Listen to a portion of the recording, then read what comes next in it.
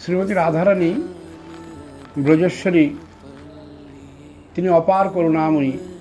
তার একটি কাহিনী আমরা ছোট্ট করে একটু শুনব।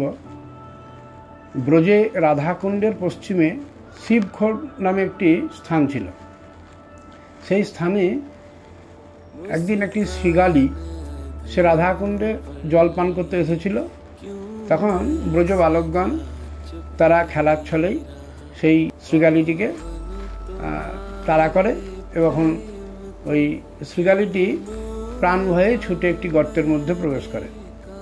তখন ওই ব্রজ বালকগণ কাঠ খড় ইত্যাদি জোগাড় করে ওই গর্তটির মুখে অর্থাৎ তার যে প্রবেশ পথ সেই প্রবেশ পথে কাঠ খড় দিয়ে আগুন লাগিয়ে দেয়। তাতে শৃগালীটির খুব বেহাল অবস্থা। সে যখন বেরিয়ে এলো তখন অগ্নিদগ্ধ অবস্থায় সেই শৃগালীটি রাধাকুণ্ডের তীরেই মারা গেল। এমন সময় শ্রীমতী রাধারানী তিনি সখীগণকে সঙ্গে নিয়ে সূর্য পূজা করে তিনি ফিরছেন। এমন সময় রাধারানীর চরণে স্পর্শ করল সেই মৃত শৃগালী। তখন রাধারানী কৃষ্ণ ভাবে তিনি ভাবুক ছিলেন। তিনি বুঝতে পারলেন না যে এটি একটি শৃগালী।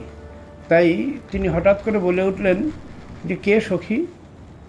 তখন সখীগণ বলছেন যে রাধে, তুই কাকে সখী বললি? তুই তাকিয়ে দেখ যে এটা একটা মৃত শৃগালী। যে ও তাই? তো যখন আমি ওকে সখী বলেছি তখন ও আমার সখী। যে রাধারানী এই কথাটি বললেন সঙ্গে সঙ্গে সে মৃত শৃগালীর ওই শরীর থেকে একটি সুন্দর সখী দেহ সৃষ্টি হলো এবং সে রাধারানীর চরণে স্পর্শ করে তার কাছ থেকে কৃপা ভিক্ষা করতে লাগলেন এবং রাধারানী তাকে মঞ্জুরি স্বরূপ প্রদান করলেন। এইভাবে রাধারানীর অপর করুণাময়ী কৃপাময়ী তিনি একটি সাধন শূন্য শৃগালীকেও এমন কৃপা করে।